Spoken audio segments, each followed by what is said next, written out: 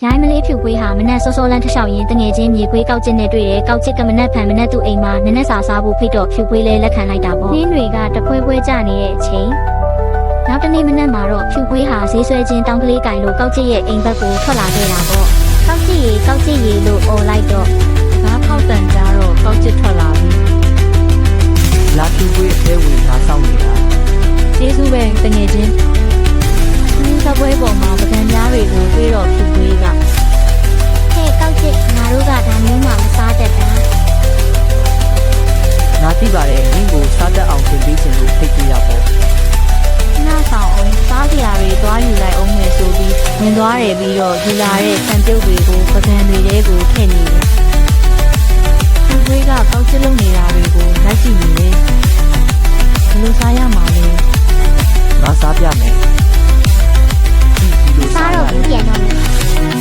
ဖြူပွေးလဲစိတ်ဆိုးပြီးထွက်သွားတော့ကောက်ကျစ်လဲယူပြီးကြံခဲ့တယ်ဖြူပွေးအိမ်ပြန်ရောက်တော့တက်တက်အဆက်ခွဲတာတွေ့ကြသေးတာပေါ့ကောက်ကျစ်ရေဖြူပွေးဒေါသထွက်နေတာပေါ့နောက်တစ်နေ့မနက်ကောက်ကျစ်နဲ့ဈေးမှာတွေ့တော့ဖြူပွေးကနက်ခန်ကကျွေးမယ်လာခဲ့ကောက်ကျစ်ရောက်လာချိန်မှာဖြူပွေးချက်ပြုတ်နေတယ် ငါဘိုက်စာနေပြီးစားလို့ရပြီလား ခဏလေးပဲစောင့် ဟဲ့ဘာကြီးလဲ နင်းစားဖို့ချက်ထားတာတွေပေါ့ ဘလို့လှုပ်စားရမှာလဲဟာငါကပကံပြားနဲ့ဇုံခရင်နဲ့ပဲစားတတ်တာ